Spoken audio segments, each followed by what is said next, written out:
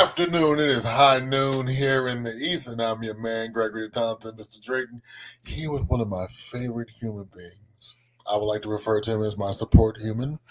My man, Malcolm Travis, the Philosopher King, the host of Wednesday nights at 7 p.m. right here on M3. Thank you for joining us middays with Malcolm and Greg, where we chop it up and what happened over the weekend.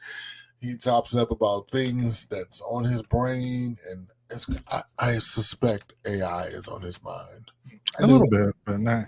I do. I suspect it's very scary to me, so y'all gonna have to call me through this whole AI situation. But with that said, let's go ahead and jump right into this weekend's happenings and the state of the race this weekend. So if you have been under a rock, we are now 29 days away from November the 5th, where we go vote. Many states have now started early voting. At least half the states have started early voting, mail-in voting. So again, www.vote.gov. Get your vote in, find out where you need to vote, and all those good things. So this weekend on the trail, Donald Trump returned back to Pennsylvania. I always struggle, and not to say alleged shooting, but the shot. Whether he got shot. He was actually shot. So let's go with that. The scene of the shooting. Good afternoon, Webb. So the scene of the shooting, and he had a guest, Elon Musk. It was really weird, but was that the guy who was like going crazy on stage? I saw something. Yes, he jumps on the stage. His vertical leap is that of a 3-year-old. So it was creepy. He joined on stage by Elon Musk. Donald Trump started off the rally because I watch it, so you don't have to again. So he started off in a very somber tone, celebrating the people that lost their lives at the rally some 12 weeks ago in Bethlehem, Pennsylvania. About 30 minutes into the rally, he begins with lie 1, lie 2, then lie 58 comes in. No need to cover that. So Elon Musk comes in and tells no lies. The dangerous part about this thing is Elon Musk owns one of the biggest platforms in the history of the world. So that is the problem. So we're going to talk about in like 30 seconds misinformation, how to recognize it, how to talk to people about it, because it is very important. On the other side of the aisle, the Harris Walls campaign, they are doing an incredible blitz. She has started doing podcasts. She's going to be on The View. She did a sit down with 60 Minutes. All these things have seemed to come been received very positively by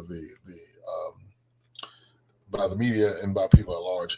Malcolm, I couldn't wait to talk about why do Democrats always wring their hands and worry? So this weekend's worry about Democrats. Oh, she's not doing enough. Like, bitch, where else can she be? What else can she do?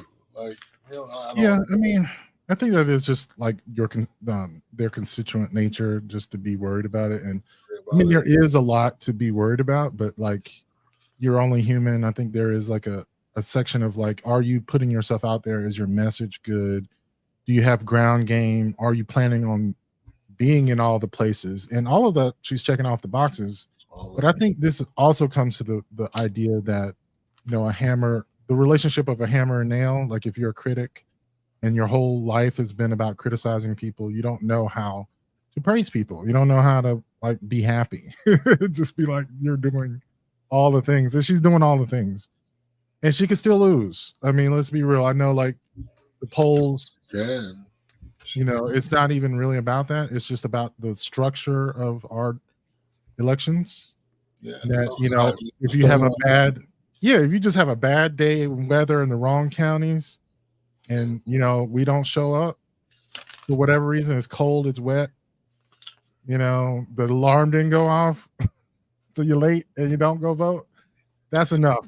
And I think at this point, the that's more going to be a Republican trope because we are, when I say we, I do mean Democrats, are super excited to vote for Kamala Harris and Tim Walz. Literally, former President Carter is literally staying alive to vote for this woman.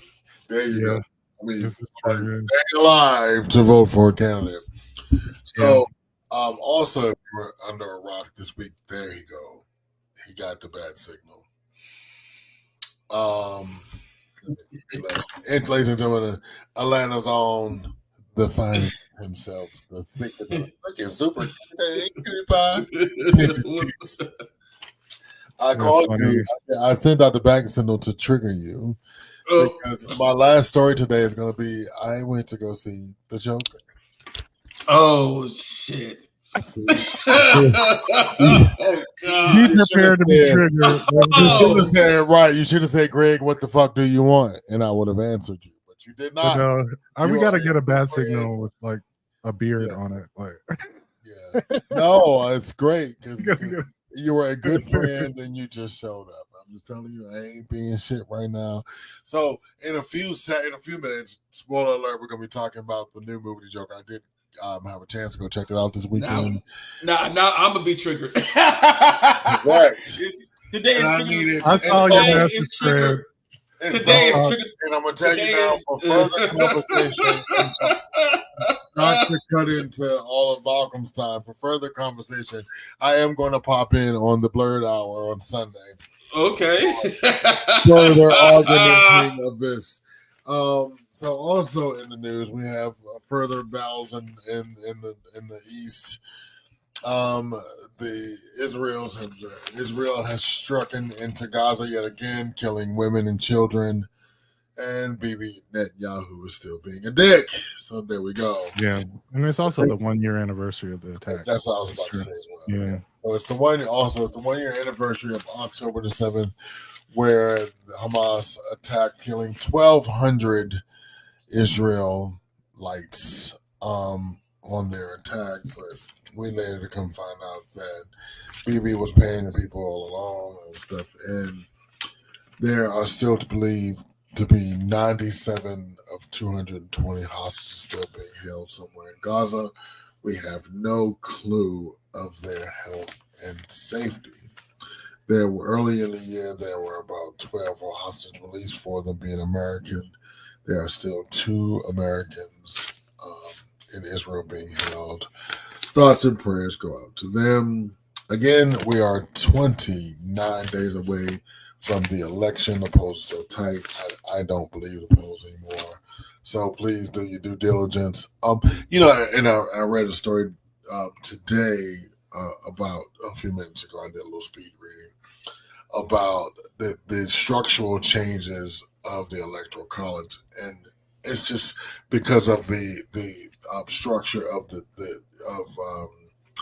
United States is changing. The racial demographics of the states are changing. So therefore, and it's leaning less towards Republicans, which is good news.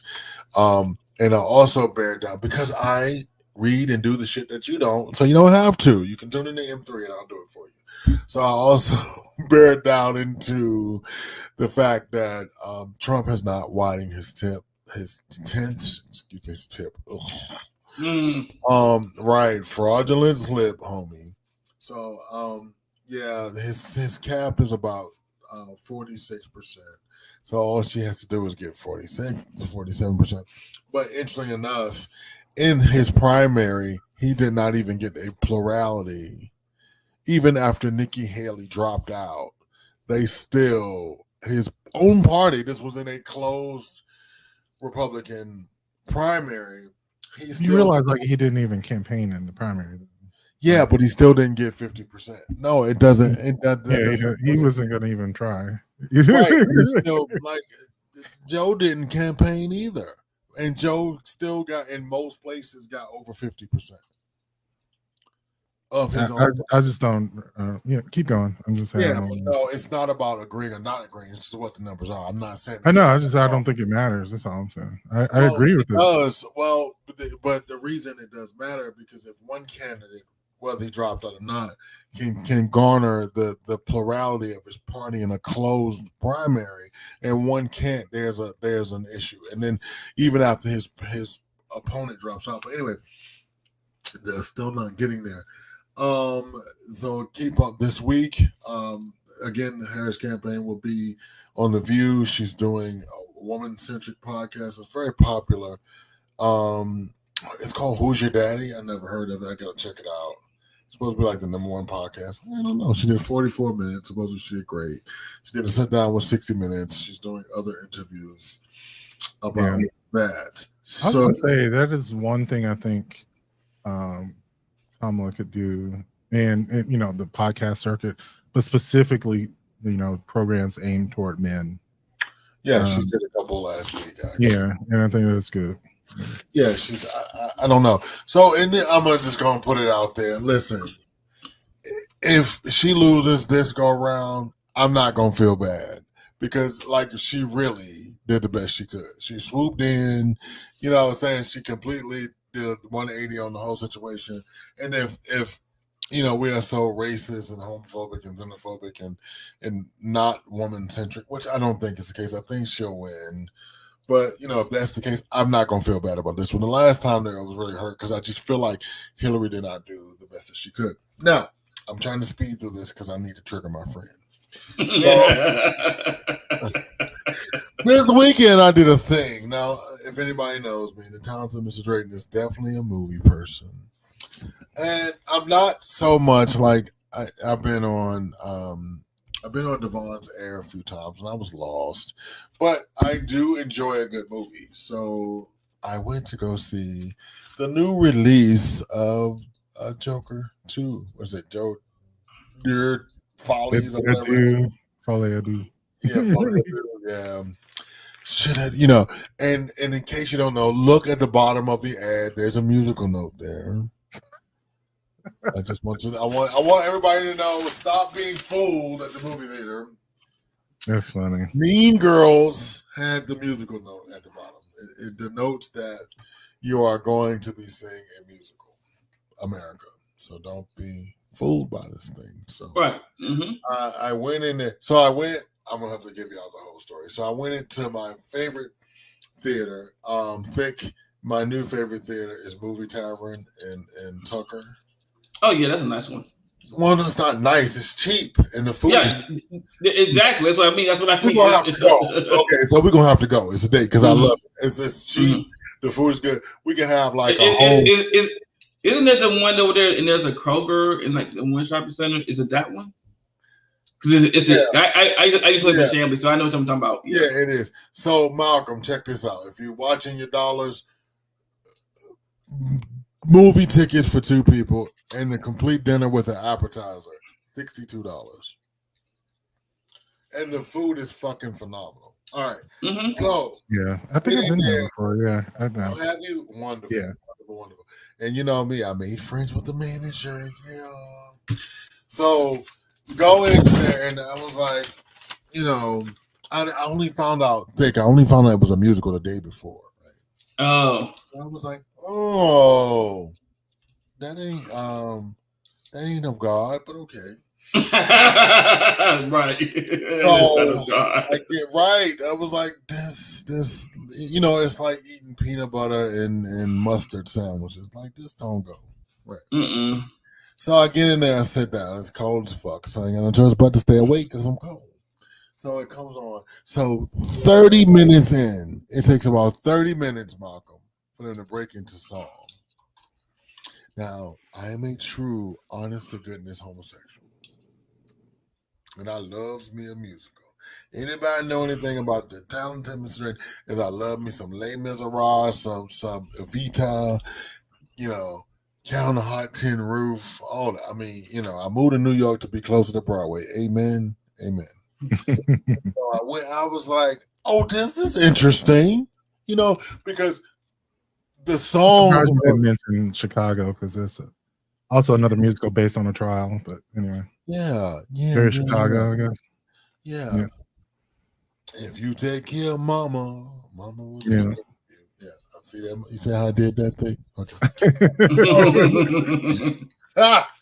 So 30 minutes in, they start singing. Okay, Yeah.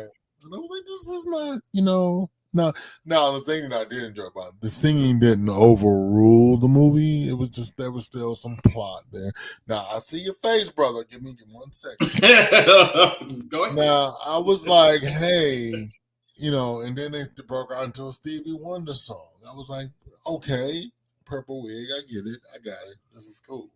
And so I'm not a superhero person. I'm not so thick. Mm-hmm. I know I read your post. Mm-hmm. I wanted to check on you. Make sure you were. Malcolm said you were okay, so I went with that. I burst out laughing when I saw it because the post I saw before your post was someone said, if you didn't like Joker 2, I question your intellectual prowess. I was like, that's kind of strong. Oh, I wouldn't say that. I call my brother, a dumb. That's what it said. And then the next post down was like, if you like Joker 2 or something like, I forget how you said it. It's like Joker 2 was utter trash. So I couldn't help but laugh. I was like, Tomatoes. So I was in the movie reading Rotten Tomatoes, which is never good. You should never be in the movie reading Rotten Tomatoes. Really strong opinions about this movie. Really strong opinions because, like, the movie itself, and I'm gonna tell you my criticism of it. I'm gonna go ahead and say I liked it. I give it a B-. But I think the thing that it yells and screams white privilege. And I'm gonna tell you why. And I think I went at a 50-foot view of it, okay? And my 50-foot view of it was, this says I'm a white man with money and this is what I'm gonna do with it. You know what I mean? It was very expensive because the cinematography was beautiful.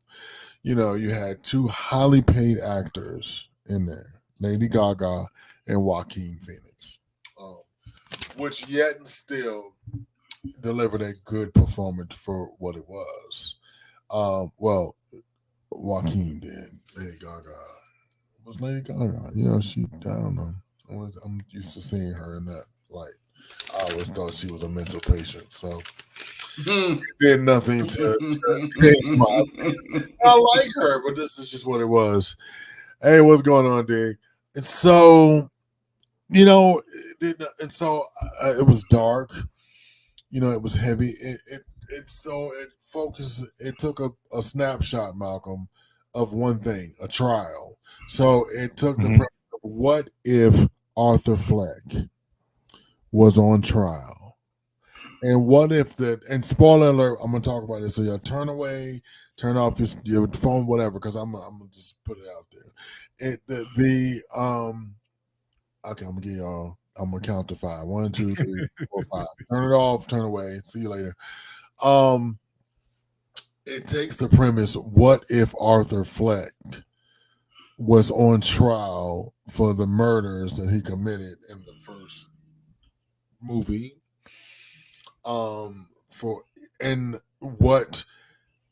How society will react to that thing. Now, taking the music out of it, I saw a lot of parallels to today's political climate. The same thing with the first one. So, I immediately went to that. I immediately went to, he had rabid supporters. Harley Quinn had herself committed to be closer to him. Like rabid fans of the Joker, and so, she convinced him to stop taking his medicine. He spiraled more into madness. So, Thick, I know you are a purist. And I thought about you as I was eating my delicious food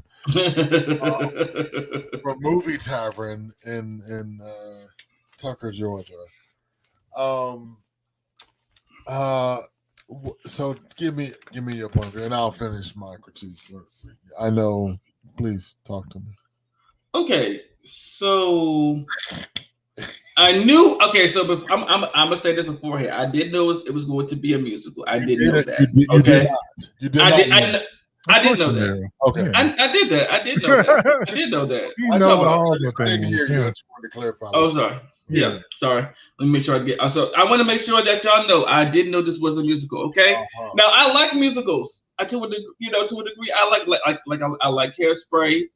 That's one of my favorite movies. I could watch that. Okay, but this movie to me. Well, mute my mic. I'm sorry. Yeah. I'm sorry. Just go ahead and mute it. This movie to me was not okay. So yeah, we are following up from the events of the first movie, on the murders he committed. Okay, but this was not the movie that the director wanted to do. This is not the movie the producer wanted to do. First of all, but this is about me. So when I get in here, I'm like, okay, I expected music, singing, of course. It's a musical. I didn't expect so much of it. Okay. And then also to me, the musical numbers and cues and the way that things were going in his mind did not help the plot for me. Okay, of the movie, because I'm like, okay, 1 minute you're in reality, you're going through this. Next minute we cut to you and Lady Gaga singing, or you singing something, going around the prison. It's in your mind what you're doing. I got that, but I'm just like, okay. I guess it was just, ugh. Like, oh, so you're saying like the musical numbers took you out of the plot? Yeah, they did. Okay. Yeah. And did you understand what they were trying to do? Like, even though it didn't work. Yeah. Yeah, so I understood what failed for you. Like you understood what they were trying to do. Like, where was it not making the connection for you? I guess it would be. It was just all that singing, like I'm and I just when I went with some friends and we all agreed on the same thing, that this was not good. It's not a good movie to us. And even a stranger came up and said, "Was this good to y'all?" We were like, "No." She was like, "I know, right? This was bad. This is horrible." So take the singing out of it. Do you think it would have sustained as a movie on its own? Yeah. Really? So now I have the total opposite view. I think there was not a lot of singing. I thought it was barely a musical. I thought, and that's very interesting now that you said that, because I think this barely qualifies as a musical. You know what I mean? Yeah. Like just the bare minimum. Like it's actually 30 true. minutes. Like, if you're going to make like a per minute music to speaking roles, musicals in general, I don't know what the numbers are for this one. They've been constantly going. They were a lot to me. I know. I'm just saying the reason why that's the case is because of viewers like Devon. Like, no matter how little you squeeze out the music, it's too much for a lot of people, especially considering like if it feels like an interruption to the story that you're trying to tell. Yeah, but see, I think because they kind of did different takes on semi-modern music, so and like where they kind of had me was, if anybody knows me, like Nina Simone is one of my all-time favorites. They did the Joker saying "Nanu Keep the Pa," and I thought I would lose my shit like I was a 16-year-old girl at a Beatles concert.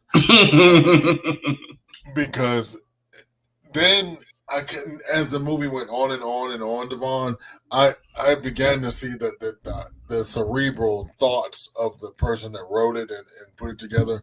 And then to me, that's what it was. It was like, wow, you know what I mean? What a thought, like I think it's going to be a cult classic at some point. It's not going to do well. It's not going to garner any accolades for Gaga or Joaquin. And he takes his art very seriously. He's going to fight. We're not going to see him for another decade. Goddamn. That's just he gets bad reviews. It's over. You know what I'm saying? But I think, like it's so, and just as a juxtaposition, the same thing with The Color Purple. Like, if you're going to do a musical, you're gonna have to commit to it. You know what I mean? Yeah. And don't go Yeah. into it half-ass. And so my thing is, and then you know, his descent into madness, and like spoiler alert, how would it have really ended like that? The producer or the director was, I think they both agreed, or the guy that was writing this, who created this behind this, he's like, I wanted it to end this way because first of all, he did not want to make this movie. He did not want to do the sequel, not in this way if he was going to do one. But they kind of forced and twisted his arm to it, so he You was can like, tell that though. yeah, Really, you can tell that in the movie, and the way it Yeah. ended, he was like, yeah, this is the way I want to end, because he didn't want to do it no more. He just like, this is it for me, you know. So that's really funny. That is really funny. It's like sometimes when you eat a steak, you can tell how the cow died. That was just one of those. Yes, I totally. So Devon, what were your thoughts about the original movie? Because I think it kind of ties into it. I've heard that the second movie was a meta criticism of the first movie in general. Right. Yeah. But because in the first movie, you actually it's taking a look at how the Joker, this Joker, but yeah, still, I was saying like part of the Joker the Batman overall lore is that you never really got a definitive, backstory on the Joker, right? Like he would just make up shit about his past, and you never really got. The only other time that we got a definitive backstory about the Joker was the Killing Joke, because they did take a look back at how he got from being this comedian, this guy that wanted to be a comedian, to being the Joker. So we did get a backstory in that storyline, but and of course, in any other way we don't. But this was a look at how you can have one bad day or a bunch of bad experiences, and also dealing with mental health, and become and your what's what I'm looking for. Your mental state descends into this madness. Yeah, it becomes a narrative. I'm just saying, like, I didn't see it myself, but I'm just thinking, like, does every villain need an explanation? No, and that's what put me off about it. Now that's the one thing I did not like. I did not. That was another thing. That was another thing I didn't like either. It was like, well, if people kept convincing him, well, this is the real you, and he was going back and forth. Who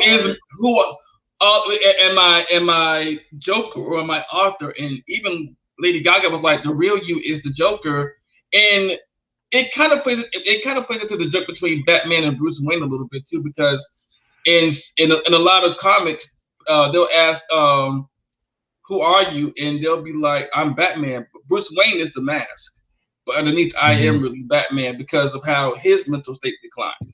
So Malcolm, in the end, we're sitting in the courtroom, and you expect him to like descend into full-on madness, right? Because that's what they expected of him. Yeah, right. That's what the last film. Because I was a huge fan of the last one. Like, I bought it. You know what I mean? Like, it was beautiful. It was stunning. It was mad. It was haunting. It was crazy. He shot a main character. You're like, whoa, this here is what's happening. But mansplaining is what they did, and they white people explained it. What do they call that shit when they explain Trump's madness when he's rambling and shit? Sane washing is what they did. They explained away everything for Arthur Fleck. Right. And so, real quick, y'all. So at the end of the movie, he was like, hey, it was me. It was Arthur Fleck. The Joker isn't real. And I was like, and I wanted to stand up like motherfucking Kathy Bates in Misery. You cock-a-doodle cannot end a movie like this. Right. You they blew their load on me, bro. Like you take me here. I'm with all the singing and all the bullshit. I'm with the first movie. You get me there, you blow your load, and this is what it is. Fuck off. Yeah. See you next week. Go ahead, Mark. What you got? All right. So I guess I'll just start from the beginning. I recognize that on Wednesday nights, I do a lot of mental health topics. Right. I'm going to just put up the placard for those who are not watching on Wednesdays, if I can find it. There it is. Yay, ta-da. Ta-da. Yeah. So I saw this video about like the difference between venting and therapy, and kind of hit home for me because it's just not enough to talk about your problems, and talking about your problems is not therapy. I'm going to play this real quick. So the first is that there's this assumption that talking about your problems makes them better, but there are actually very specific things that need to happen in order for talking about your problems to make things better. The most important thing is something called an emotional catharsis. And so there's a particular way we have to talk about problems that triggers emotional catharsis, creates something like a breakthrough. So this is also like an experience. So this is not just talking about my problems. This is experiencing my problems in a different way. So it's like touching the hot pan. Usually it's painful. So when we're doing like work with a trauma survivor, we don't want to just talk about the trauma. We want to dig into it a little bit more and have an emotionally healing experience. The real problem is that sometimes what will happen is people will just talk about their problems. So they'll use therapy as essentially like a venting session. And venting, if we look at the neuroscience of venting, is useful for reducing our negative emotion in the moment. But this is the really tricky thing. The primary motivator for change is actually negative energy, a negative emotion. So this is the problem with venting. If you vent and get rid of all of your negative emotional energy, the drive to change will disappear. So if we think about it, what motivates you the most? It's actually negative emotion. And you can literally look at the neuroanatomy of things like the amygdala. The amygdala is very close to the hippocampus, which is where learning and memory happen. We actually learn the most through negative emotions. If I've been happily married for 15 years and there's infidelity, one case of infidelity, the negative emotion from that one case of infidelity can drastically motivate me. So one of the biggest problems that I see is that we try to get rid of our negative emotions, and in doing so, we actually hamstring our motivational capability.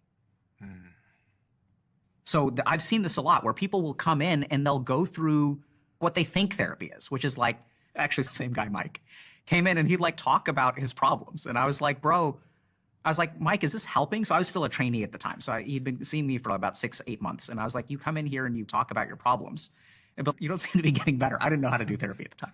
And then isn't that what I'm supposed to do, is come in and talk about my problems? I was like, yeah, I think so. I was a second-year psychiatry resident, but I was like, is this helping? He's no. And I was like, okay, we got to do something else then. Coming in and just venting is not actually psychotherapy. That's not, so talking about your problems, reducing your negative emotional energy can actually keep you stuck. And if you pay attention to people in your life, you'll notice that there's some people who just bitch all the time. They're just like constantly complaining, they're constantly venting, and they don't actually do anything to change their life. So this is one of the things I talk about when I try to trigger Greg is it's actually that idea of catharsis, right? Like to actually motivate some sort of change in my life or his life or whoever. Like for myself, really, I bring up topics that I know are just beneath the surface, right? So the idea of therapy and emotional catharsis is the idea that when we experience negative emotions or have negative experiences, one of the ways that we continue on with our lives is to push them into the subconscious, into the unconscious, put them into the back of our mind so that we don't really have to deal with them, on a day-to-day basis. And so, the idea of therapy is to literally dredge up some of the negative emotions that we suppress naturally so that we can live our lives and then deal with them. That's the big point, is that you just don't put them back down there. You don't go look at your negative, repressed thoughts and just throw them back and repress them again. You actually need to use the negative emotions. Like literally the reason those negative feelings exist are to motivate you to change. So I think the biggest thing for me lately has been, discussing dating and relationships and things like that. Like it's fine to come up with some breakthroughs as to why, for instance, I chase people who are stalkers. What do I do differently? Right? Like what sort of motivations do I do differently? And I think Fitzy had a pretty good response on Saturday. And that was actually ask someone out. that you're interested in, even if you don't think they're interested. Because one of the things that I would do is wait to see if this person's interested. And the truth is, like, I had difficulty with that. I remember, it sounds really bad, I was talking to Chat GPT because I've been actually talking to it like it's a therapist. Yeah, we don't take your chat. Yeah. No, it works though. It's crazy. And one of the things it mentions is eye contact, right? Something that I will never have with anyone, because in order for me to have eye contact with someone, I'd have to literally, you'd feel my breath on your face before I would see your eyes. You know what I'm saying? So like, that's just like one of those signs, for instance, that I don't get. So I have to learn how to deal without that, right? Like, just because I don't have all of the cues that are available to me doesn't mean that I don't act. If I suspect someone might have a certain interest or whatever, or even just like take a risk. Take the risk that I might, get it thrown back in my face. Like, what? So like, I actually did that. I went through, made a play or whatever, and the person was shocked. They were like, "Oh, you're into me?" Like, yes, I am. This recently, or yeah. And I was just like, it was fun. I don't think anything's going to come of it. But the point is that you can't just have information and let it go. Like, if you learn something important about yourself, or you're talking about a problem with a friend, and you think you've somehow improved things because you feel better about your problem, you haven't really solved your problem. In fact, you could actually be making things worse. Because the negative emotion was there to get you to change, and instead of changing, you just stop feeling the emotion. You just you put a patch over it, and you're moving on, and like, that's not going to solve the problem. The underlying injury is still there. And so I don't know. I really like that idea, because I've been reading things like self-help and mental health stuff for a while, and it doesn't do anything. But I didn't ever think that it was actually harmful. Like, in a certain way, it can be harmful because it's also numbing the natural signals designed to help you change your life. And instead, I might just be numbing myself with some positive things. I don't know. I'll give you another one, an example of using negative emotions. I thought about how I have some negative body image issues. And so, like, it's not enough to exercise and eat right. Those things are important. yeah, It's also good to actually confront the negative emotions that you're feeling, right? And like, use those as energy. And I remember talking about it in terms of positive affirmations, not necessarily ones that you want to believe, but ones that you do believe. So, like, looking at yourself, if you look at yourself in the mirror and you don't really like the way you look, saying that I am beautiful, I'm wonderful, I am sexy, I'm whatever. If you don't actually believe those things, what it actually does is reminds you how much you don't believe those things. It's almost like, for some people, yes, for some people, it works. So no, I'm saying you have to believe them. And for the people who it works for, they say those things and it works because they believe it. But if you don't believe it, there are things you can say that you do believe. For instance, you can look at yourself and say, I am worthy of love. I'm worthy of attraction. I am enough as I am.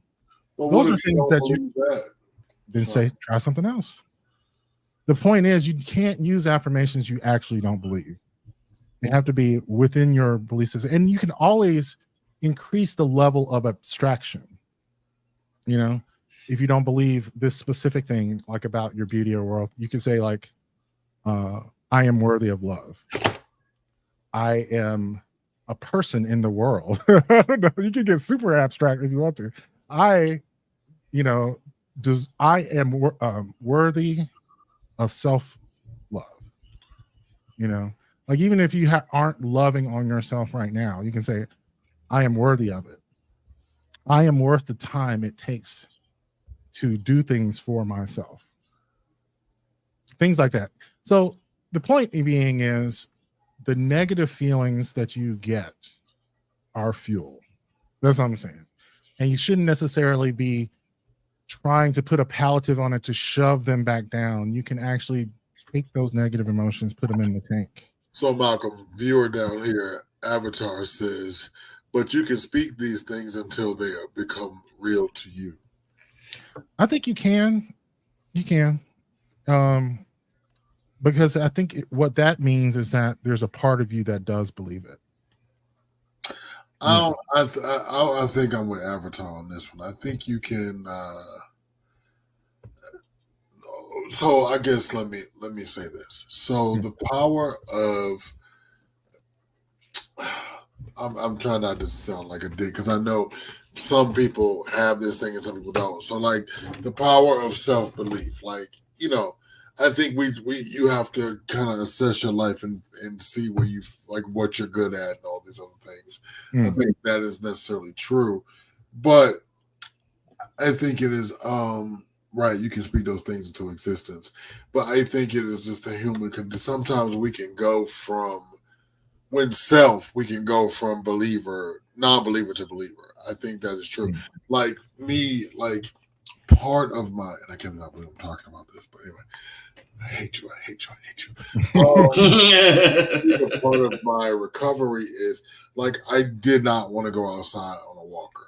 You know what I mean? I don't want people to see me as possibly being feeble or injured, or you know what I mean? I don't want that. I want to be strong and very. I was on my Donald Trump. I want to be a strong man. I want to be out there, raw, you know. But I had to heal, and I had to deal with what state I was currently in. You know what I mean? I can't, you know. Yeah. Either I stay in the house until I heal, or I go out and enjoy life while I'm healing. Those were the things. So I had to look in the mirror and say, you know, hey, you know, this apparatus is not always, and that, you know, I will heal past this. But we have a comment from go ahead. Put it up. Mr. Fitzhugh, an acting coach once told me, find out what you're doing wrong and stop doing it. The root of my bad actions, acting isn't relevant to fix a problem. It is congruent with behavioralist concepts. And he also goes on to say, it's also the basis of fake it until you make it. Doing things changes your thinking about it over time. And that, I guess that's what I was about to say. Thank you, Avatar. Yeah, I think that to me is the crux of an affirmation is much more powerful as an action than as a words that you say to yourself. So I've done this too. This is it doesn't even have to do with body, but getting myself to do certain chores. Mm-hmm. I will say to myself, I am deserving of nice things. That's what I'll say to myself, because it's like when I think about it, the reason I'm cleaning, the reason I'm because I'm one of those people who I could do my laundry and sit in the basket for a week. I would fight you. Oh my God. Dude, I would I have a basket right over there. You can fold it if you want. But so that's just like, you know, I've moved a few times in my life. And like the day after I move, everything has to look like I've always lived here. Mm-hmm. I can't take it. Like I am to make your bed every day, dude. Yeah. But well, so to me, I'm not, right? And so what I say to myself on top of the comfort. No, so yeah, so one of the things I say to myself when I am cleaning up or making up or making things nice is saying to myself, I deserve nice things. Mm-hmm. You know, or like I said, like the action itself reinforces the saying, and the saying reinforces the action. It has like a rebound effect or whatever. But yeah, I don't know, like words aren't enough for me, you know, like by themselves. And I think that is true of all self-help and therapy in general, is that it doesn't mean a damn thing until you actually do something. You got to make a change at some point. Right. I think yeah. I think the crux of what we're all saying is that you have to do something until you do something. Yeah. I mean, and sometimes you got to fix yourself into doing it. All right, I got one more. This one's made to trigger you, Greg. Always. Isn't this what this whole show is? I think if I disappear, take over. Okay.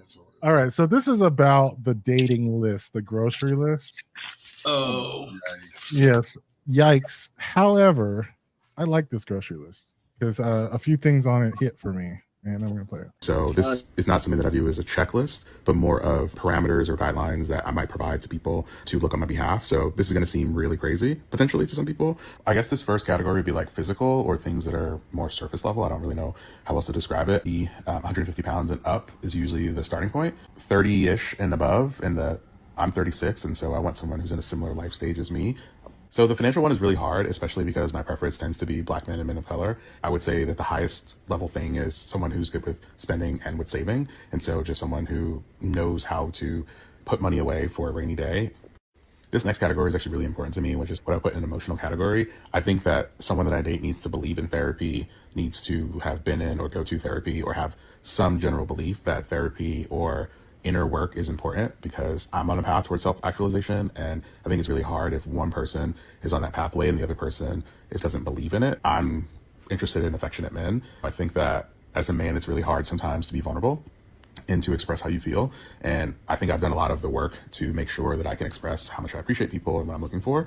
And I think that an ideal partner for me is comfortable in that capacity. This other category I have is like under intellectual, just because I couldn't think of any way else to put it. Again, related to what my preference is for Black men and men of color. I don't think that this means book smart or a specific type of intelligence. I view this as intellectual curiosity and a desire to explore things and explore the world and ask why. And if we went on vacation outside of the US or even domestically, are you the kind of person who maybe wants to do a walking tour or learn the history of the place that we're at? Or are you interested in just taking pictures? So for me, deep questions, interesting conversation, just a desire to learn more is what I put under intellectual in order for us to be compatible. And then this one I have as like maybe like values, which includes like you need to be serious about dating, maybe have an idea of wanting to be in a long-term committed relationship. Monogamy, non-monogamy, that's something that I think can be figured out depending on who the person is, but that is really important. And then like culture, I want to date somebody who has respect for Black Americans and Black American culture. So that's like a healthy level of respect. That doesn't mean that I would only date another Black American. It just means that you have to value us as a people overall the same way that I would value another Black person from another culture. And so a lot of the ways that this can show up, I've dated guys who are second, third generation, or even from another country, who don't repeat the talking points about Black Americans. I think I'm very happy to be Black American, and I don't have any shame about my ancestors being descendants of slaves here in the US. And so I don't have talented 10th mindset, and I would like to make sure that the person that I'm with does not have this weird inflated view of like hard work and merit are truly objective criteria, because that's not the truth of this country. I don't expect to have all of the things that I want met, but there are some things that are like deal breakers around like financial security is really important to me, and someone who's intellectually curious and able to be vulnerable. I like to spend time with my person and like to feel safe, and those are things that are really key. And the age thing is also something that I'm a lot less flexible around. Just I've tried the older younger thing in different directions, and I just need to be able to build with someone who is in my same life stage. He's still fucking talking. Yikes. Fuck him, y'all. I'm not responding to that. That's all bullshit. Wow. Nigga, see a therapist, chop that list down. Like you need to chop that beard, crop the bottom. Like no, and like that. What part of that isn't true though? All of it. It's true for him. Okay. And I can't take away his thought of himself, but it's like the problem I have is that you're giving advice to the universe, and so hosting. We're all three on this panel are hosting. We host different shows, and they have different targets, so we have to be careful. We about what you put in the universe, and of course. I've learned, because the talented Mr. Drayton can be a dick, so I had to learn you have to be careful what you put in the universe, and you can't be. So you go. So what are you talking about? I don't understand. Hold on 1 second. Give me a second. So he has this. I mean, he lost me halfway through. It's so much. He lost me, and I started. By the way, I cut that in half too. So I know, and so dang, there was more. Shit, there was twice as much. Yes, there was. So my audience down here. Let's. I'm not even. But you were saying you were trying to get at what it was too much of. Like, what is it? The crux of it was too much of. I want this, but I don't want that. I want this, I don't want. But hold on, I have comments down I can read. Okay. Get to what I was saying. No, Avatar. We don't always speak that fast. We speed it up in the interest of time. Yeah, it was speeded up. Yeah. Yeah, and then he cut half of it down. So then it was like an 8-minute video. I cut it down to under 3 minutes. Yeah. Of what I need, what I want, good luck to him, is all I'm say. He said, shaking my head, have a relationship more than a list. That's just it, and I cruxed. Right. But I'm just saying, I think the point I'm getting at, and what I got from his list, because it was a list, is what part of that isn't true. But the point that isn't true is that it exists altogether. You're busy making a list and you're not living the life. And the thing is, it is very plausible to have some wants and don'ts and do's and all that stuff. But there is no reason. I have never in my Black and Cuban life sat down and said, oh, this is the plus column, this is the negative column. Even if I may have thought in those terms, I've never, ever. And I think that's the triggering part for me. And I think sometimes well, because it is. I am a little confused because I understand like it being too much for like to put on somebody. But to me, it's kind of like it's kind of important to know what it is you want and what you don't want. Because sometimes you run into a situation. Like the reason like I like the list is that there were a few things on there that I had never considered before. And I didn't realize that they were a consideration until I actually ran into it. And like one of those was on is one on emotional level, which is a person who doesn't understand the idea of self-actualization or therapy. Like if someone were to come to me, I don't even really think that I would have ever run into this in real life. But if I run into someone who says, I don't believe in therapy, like I don't believe in mental health illnesses in general, like, of course that's a breaking point for me, but I didn't even realize that was a thing. Now, I'm not saying that by saying it out loud, you're saying that you are somehow jinxing it, or you're like, because you shouldn't have to say that to yourself. Like it's just something that you understand on an intellectual level. Because I'm just saying, until I ran into it in person, I did not know that was on my list of things. In fact, but you had the life, and all I'm saying is, but you have the life. You have to have the life. It's not on your. It wasn't on your per se list now because you hadn't. It wasn't. I hadn't experienced it. I never even thought about it. Right. It's not even, and so. Yeah, the problem when you put something out like that is very great comment, sir. There's a difference between boundaries and borders. Very good. But if you have to, and my whole thing about mental health and lists and dating and apps and all stuff, you have to allow yourself to experience it. It's like raising a child. Or having a best friend that's a little younger or something like that. Because I tell Brandon all the time, I said, I would like to jump in and save you from this bus that's going to hit you. But needs to hit you because you need to feel the pain from this bus. So the next time you see a number 3 run around the corner, you will not jump out in the street. Now, I can make you a list, or you can hear it somewhere and put it on your list. Do not get hit by the number 3 bus, please. Yeah. But until you know the feeling of getting hit by this or the possibility of getting hit by this number 3 bus, you can walk in there. You're going to have this whole list, and a list leads to a wall, and a wall leads to loneliness. And that's just how I see it. And I think people that I agree. I think that's a very conventional way of looking at it. I like the way that he did it because there are things that are deal breakers for us. For him. For all of us. Like, let's say, for instance, would you date a Trump supporter? Would you date somebody who life? Okay, I'm going to ask your question real quick. But my life experience says no. Mm-hmm.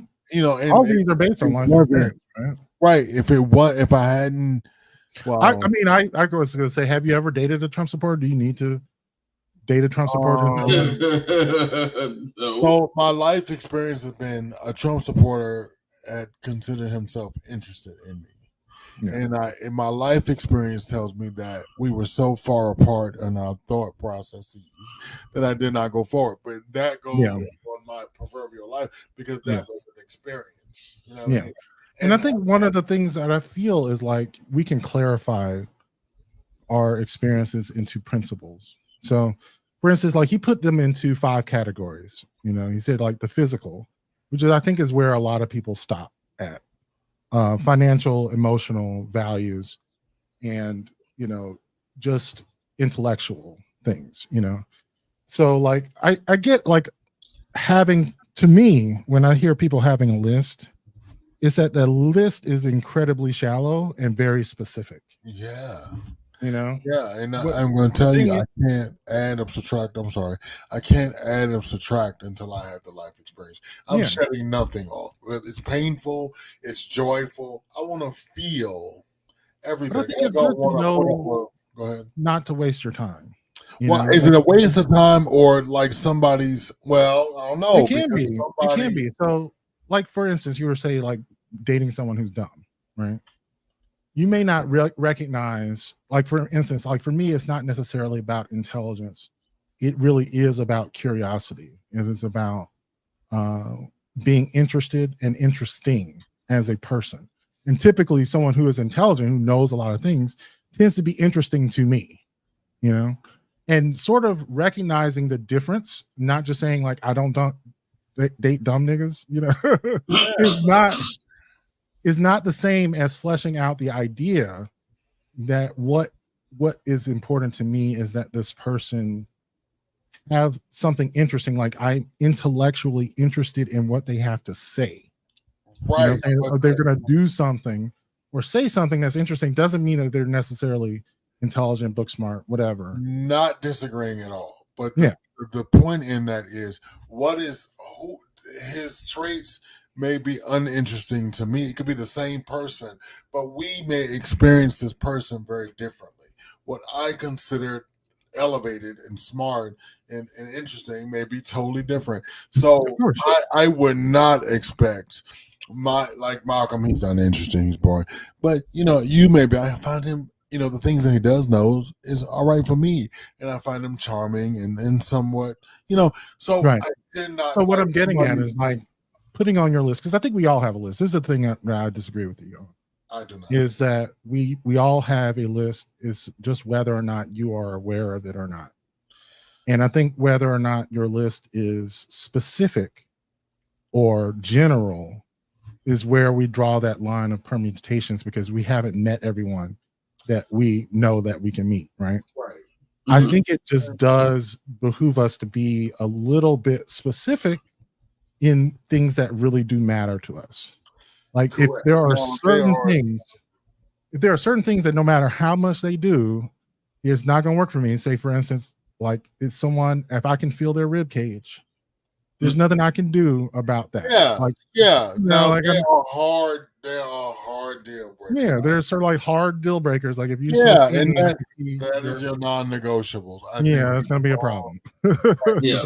But to spend 10 minutes of my life listening to, you know, well, it's not necessarily for anyone else. I'm talking about for yourself. Well, no. I'm talking about in the context and the crux of this video, and this and the idea of, and you know what I find, I find people with lists are single, on full stop. Oh yeah, I mean most people are single, aren't they? No, most people with lists.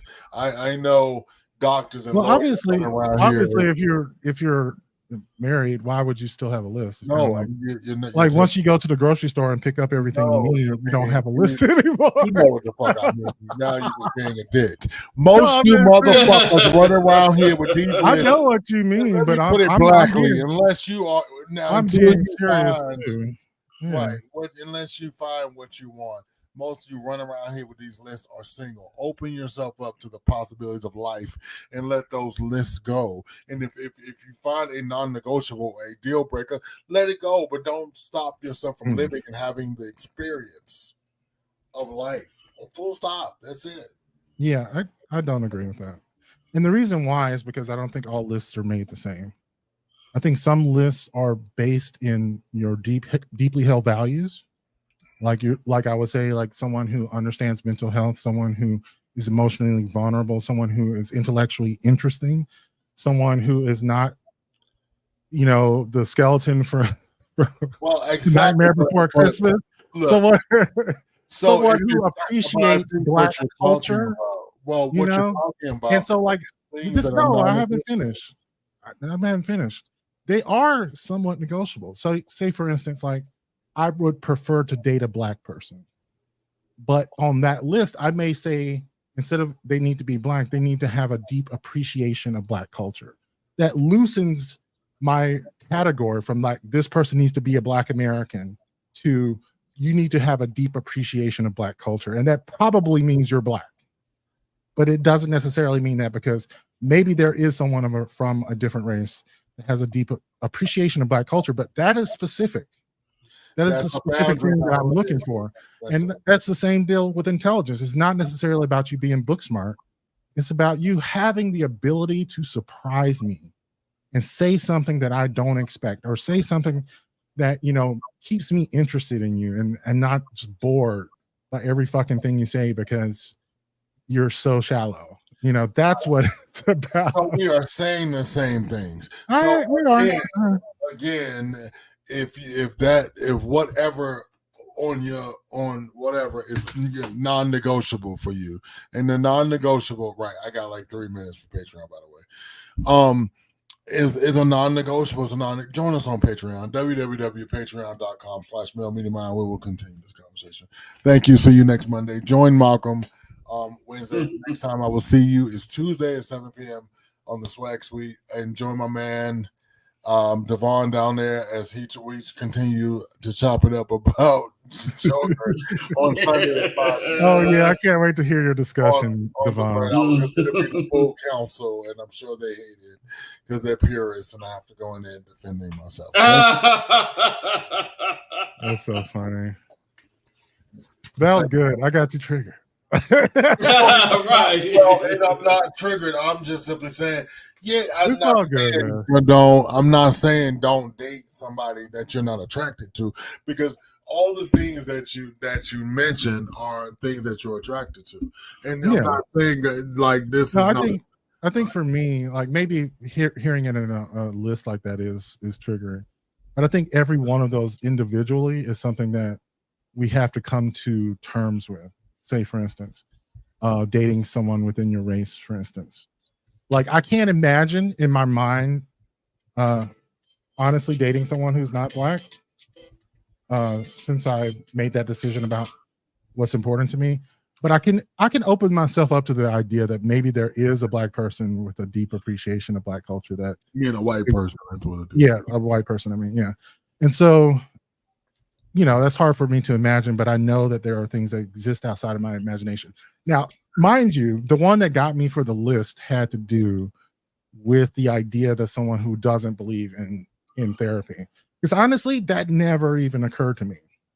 I would have never even known to add that to my list, so to speak, or to be on the lookout for someone who is completely disinterested in a self-development journey. So it doesn't even have to necessarily be within the realm of psychotherapy or mental health, but a world of an inner life, an exploration of self-development, something that is, a journey of self-discovery or self-improvement of some sort. Right, but that's just like, and of course I wouldn't have known to put that on my list until I actually ran to it in person. I can tell you, knowing you, that's on your list. You ain't had to put it on there, but I know it's on your list. You know what I'm saying? I didn't. I'm just saying, I didn't know it was on my list. No, I know that you. I'm saying you knew. I didn't know it too. I know it now. America, picture this. I know it now. I can imagine 11:45 p.m. call. You know what this motherfucker told me?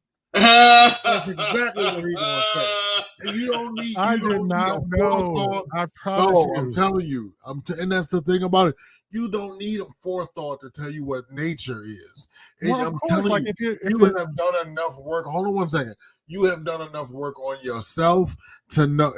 That's a phone call that you call the homie Devon. You call me up. You say, "Listen, this motherfucker said he not going to therapy." You know, I hung the fuck up, and I will never hear from him again. Well, you know, it wasn't that bad. But here's the deal, not though. A line in the sand. Here's the positive thing about having a list and having a thing that you know. We is that you hang up that phone. I don't want to spend this time with you talking about this. No, I'm just saying. But that's the point. Is that you need to be able to go faster. I'm going to tell you, as your boy for the last 20 years, go out and experience life. Fail, fall down, bump your head. I'm telling you, that's exactly what is going on. Why are you telling me to do the thing I just said I did? Basically, he's telling you to touch grass, Malcolm. Right. That's exactly what I did. I touched the fucking pavement is what I did. It was like some shit out of like American History X or some shit. Like not to be funny, but you might fuck a white dude. You might have some dinner with that nigga. But who said I didn't? I'm not saying that you didn't, but I'm just saying something. Well, I ain't gonna tell all Devon business, but some things. He's like, where I get in this? How I get in this? Some things are third rail, but there's things about you that are non-negotiables, and that doesn't have to be. But the thing is, how they made it to this list is that you had experiences with these things, and you do not want to experience them again. And so I have to be careful with putting my opinions on people because I want them to have their own experiences so they can say what's a non-negotiable and what's not. And the only reason I know somebody I'm very close to, who truly and deeply believes in self-fulfillment, self-healing therapy, crystals, and all those other things. But they date someone that pays no attention to their mental health whatsoever. And I'm like, how? And I'm looking at them. I'm much like you. Yeah. And I'm like, your relationship's not maybe real. the dick is just good. I mean, no. So like I'm looking like, your relationship's not real, right? Maybe he gets that Abdullah of the Bugata, and he just pretty much saying Malcolm is digmatized. That's what you're trying to say. I don't even know what that. That's kind of how Avatar says, but sometimes it takes time to get someone to therapy instead of forcing them, trying to show them. But no, ain't nobody got time for that. Because you can't help somebody that trying to help themselves. If they're not trying to go on their own accord, you ain't gonna get there. Like if you come to me and you be like, I don't believe in that, bro, but Jesus is my therapist, I'm hanging up. Yeah. Jesus I think another one actually had to do with Mr. Jamaica. I'm not going to go into. I didn't want to get into it, but when we were talking about the change in culture, about his, ideas of work and what is good, or I don't know how to put it. Basically, there is no way that he could view me as anything but lazy through the lens of the way that he views work, right? And that's cultural, yeah. Yeah, it is. And the question is that something I'm willing to deal with? Because on some level, he never really threw it in my face. Like it wasn't like, he badmouthed me or, said you're a lazy American. But at the same time, he was definitely thinking it. Like I was smart enough to know that there was a certain amount of judgment there. Like you don't work 7 days a week. Like you don't. Yeah. Like no, I don't. I don't. Or the very concept of overworking made no sense to him. Like when you don't have a day off, like that's a problem. I see that as a problem. Like if we're dating and you literally don't have a day off from work, because you work every day. you know, and it's kind of like, So I got an okay. I'm confused. So somebody posted something on Facebook. They posted a death notice. A what? Oh, I see. Never mind. I read it backwards. Oh my God, he died 2 days before his birthday. So I was reading it backwards. They posted it on the 5th, and the guy died on the 5th, but his birthday was 7th of October, and I was reading it backwards. Sorry. So, he actually died on the 30th. Oh wow, that's crazy. He died 2 days before his birthday. Yikes. Yeah, I totally get it, but like I tell my friend that's dating this person, I'm like, that is a non-negotiable for you. You would stand up for yourself. So in this particular scenario, I'm totally with you. I'm like, look, you start giving. Listen, why are you doing this? You can't be home. You're young, you're hot, you're attractive. What in it is not? And I was like, well, are you stigmatized, son? Yeah. Oh, I was gonna say I am a super intellectual. Like I like categorizing things. His list did help. You like lists. I get it, but I'll tell you another one that was on his list that I didn't get until he said it out loud was the emotional vulnerability or affection.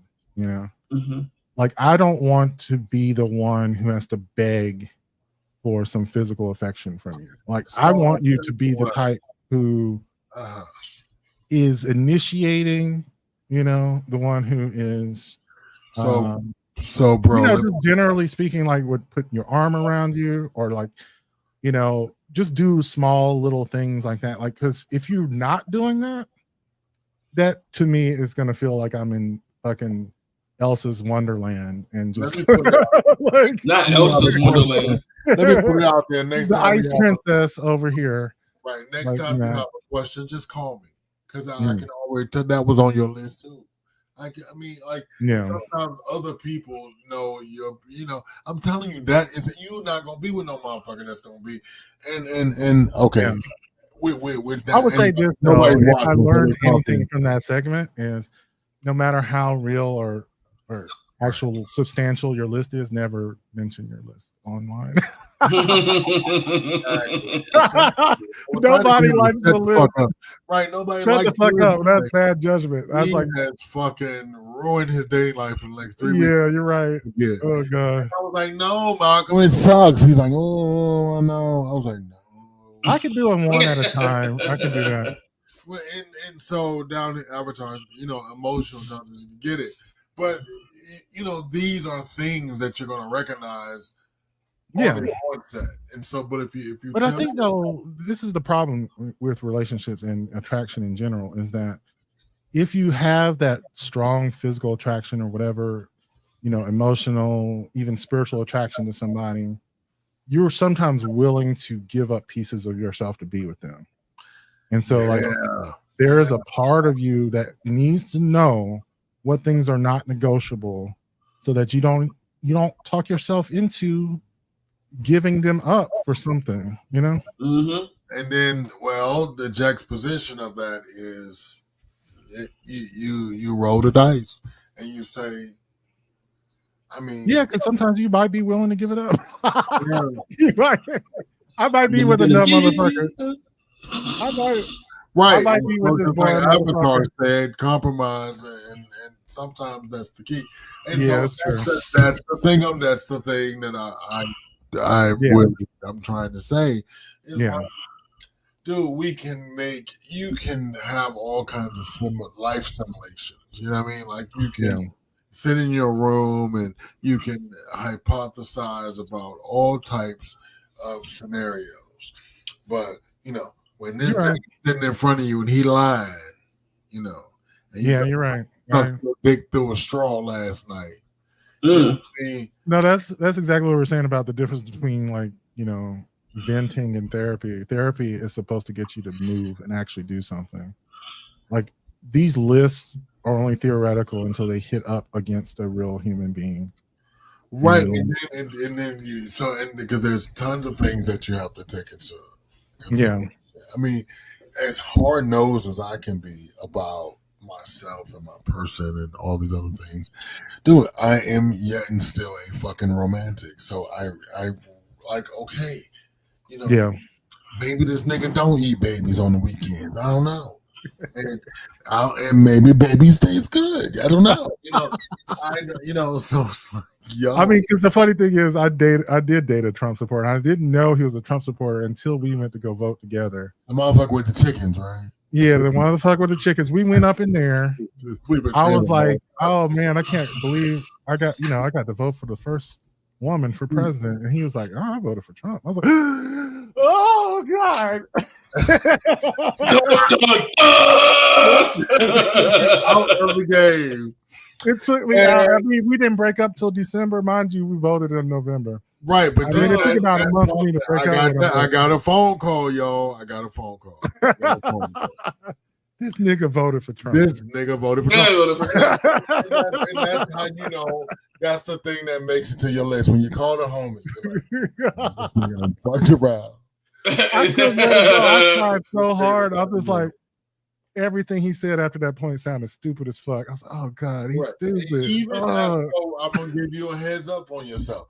Even when it came down to the Jamaican cat, you told me exactly what was wrong with this motherfucker from and you was like, you know what? I'm gonna stick it because the dick is good. I'm gonna stick in there, but I ain't really going. This ain't going no place. That's exactly what he said. I was on a wait and see pattern. It was true. And then at the end of the situation, this nigga gonna come out to. I'm not even talking to my Malcolm Thick. So then this nigga gonna come out the bag. I'm gonna do something. You know what, this nigga? Fuck this nigga. You know what I mean? I'm like, of course you've already said you just ain't it but a dick, bro. Like, it was healing. I'm just saying there was some healing dick, okay? Yeah, and that's fine. It was straight up word to her. Bro. He had porn star dick. He had the fucking Cutler X dick. I'm like that kind of shit that just word to her, like destroy you. Like word to her. Listen, y'all. If you word, I swear to God, on my grands, listen. If that's your reasoning, do it. Like, do it. It was good enough to make me want to stay. I mean, dick is your shit.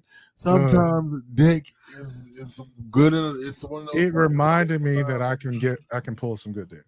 Like it did. Like it had been a while, so I was just like some more. You don't know good dick like I know good.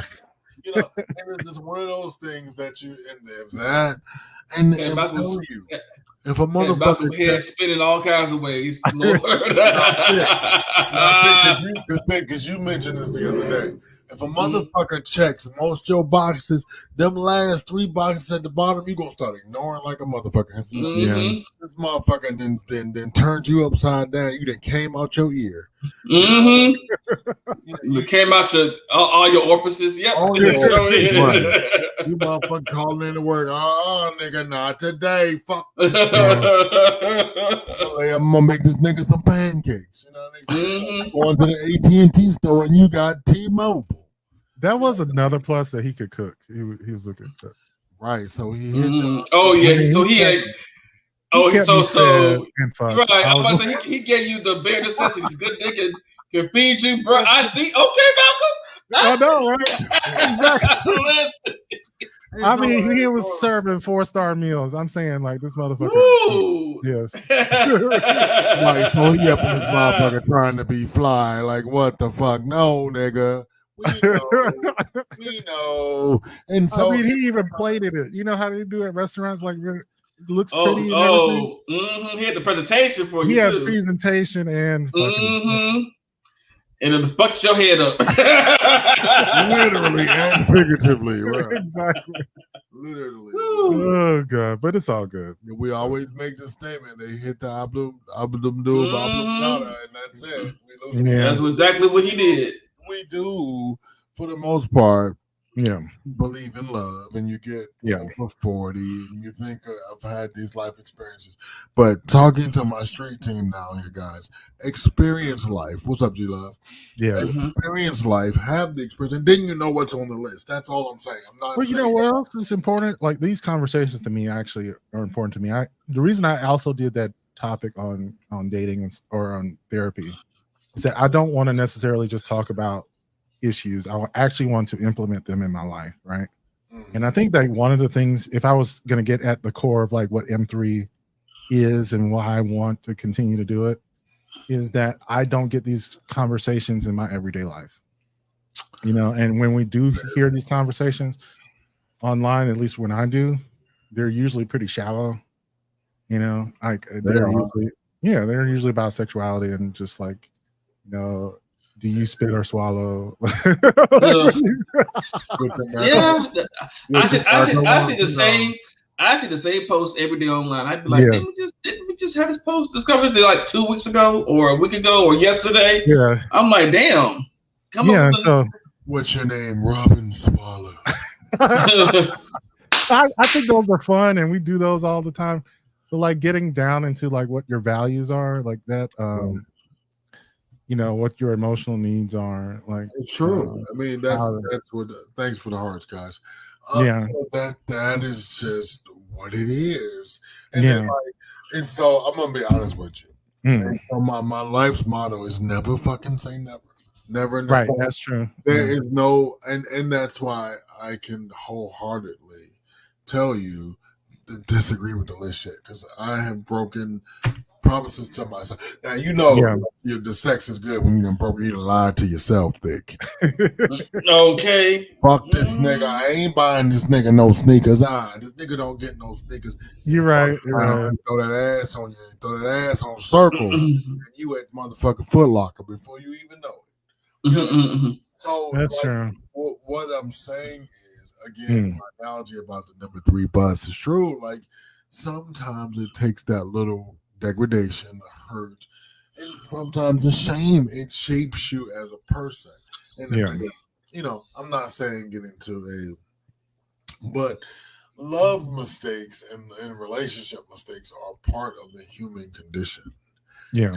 As a whole, and we do not want to miss out because if you spend your life ducking and dodging the human condition, you're not going to have the experience, and then you're not, when it's detrimental, you're not going to know how to handle yourself in said situation, and then you know you'll be 50 years old looking crazy like nigga, you ain't know about that. No, I didn't. So yeah, I agree with that because I think part of, like I said, the conversation that I see online is about looking good and advertising yourself online. Mm-hmm. So like, you know, the list to me is like a symptom of the idea of you need to move fast and quick to find the type of person that you're looking for. The only thing is, though, lists that long and that detailed are always going to turn someone off because no one's going to fit all those criteria, or you're not going to listen to all the criteria anyway. So like, why even if you don't state it, your actions say that you have it, and you're going to be guarded, and you're going to be aloof, and you're going to be looking crazy. Have a beer, have a Coke, see a movie, fuck a friend. You know, that's the only way. And Malcolm, I always tell you all the time. I'm gonna tell you again, brother. You can have 1,000 scenarios in your life, baby boy. And you know I love you like cooked food, but the only way that you're going to know is you live the experience. I can sit down and give you all of my life experiences. I can tell you, you know. One time, and this is a true story, I hate to admit this, one time I went on vacation. I met a painter in France. And when I say painter, this nigga painted houses. And, you know, I thought I was in love. And I stayed in Paris an extra week and a half. But when I woke up from the fog and the haze that this nigga was going to paint somebody's crib, and I was in a foreign country, I need to get my ass back to work and back to and you know, he didn't put all this, you know, he didn't threw the ass in a circle and made me all kind of croissants from scratch, and you know, I felt like the Mona Lisa, and you know, all Greg was something like, paint me like one of your French girls. Yeah, you know, doing this. I was thinking like a bitch, you know. I was like, you know, I definitely have a weakness for black dudes with accents like that. Me too. Yes. And so I'm like, thank God I was in my 30s.